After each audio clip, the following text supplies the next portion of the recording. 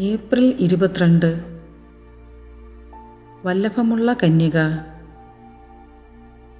ജൂലിയാനോവയുടെ സമീപം ഒരു ദിവസം ഉച്ചയോടടുത്ത് ബെർട്ടോലിനോ എന്നു പേരുള്ള ഭക്തനായ ഒരു കൃഷിക്കാരൻ വിറക് ശേഖരിച്ചതിന് ശേഷം ഒരു ചെറിയ കുന്നിലുള്ള ഒലിവുമരത്തിൻ്റെ അടിയിൽ വിശ്രമിക്കാനിരുന്നു.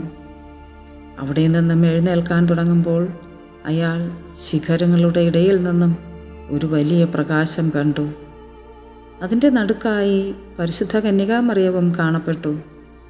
മാതാവ് അവനോട് വേഗത്തിൽ ജൂലിയാനോവയിൽ പോയി കണ്ട കാഴ്ചയെക്കുറിച്ച് അറിയിക്കുവാൻ ആവശ്യപ്പെട്ടു. മാതാവിനായി ഒരു ആരാധനാലയം പണിയുവാനും അവളുടെ ആദരവിനായി പ്രദക്ഷിണം നടത്തുവാനും പുരോഹിതനോട് പറയുവാൻ ആവശ്യപ്പെട്ടു. ഇതിൽ വിശ്വാസം വരാതെ ബെർട്ടോലിനോയെ മർദ്ദിച്ച ഗവർണറുടെ ജോലിക്കാരനായ ഒരാൾ സംസാരം നഷ്ടപ്പെട്ട് തളർന്നു കിടപ്പിലായി. ഗവർണർ മാതാവിൽ വിശ്വസിച്ച് പുരോഹിതനെയും ജനങ്ങളെയും കൂട്ടി ദർശനമുണ്ടായ സ്ഥലത്തേക്ക് പ്രദക്ഷിണം നടത്തി. ഒരു മരത്തിൻ്റെ അടിയിൽ മാതാവ് നിൽക്കുന്നത് അവരെല്ലാവരും കണ്ടു.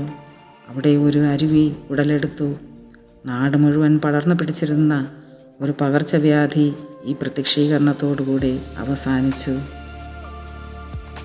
അമ്മേ മാതാവേ, വിവിധ രോഗങ്ങളാൽ കഷ്ടപ്പെടുന്ന എല്ലാ രോഗികളെയും അമ്മയുടെ മുൻപിൽ ഞങ്ങൾ സമർപ്പിച്ച് പ്രാർത്ഥിക്കുന്നു. അമ്മ അവരുടെ ഇടയിലും അത്ഭുതങ്ങൾ പ്രവർത്തിക്കണമേ. Ave Maria.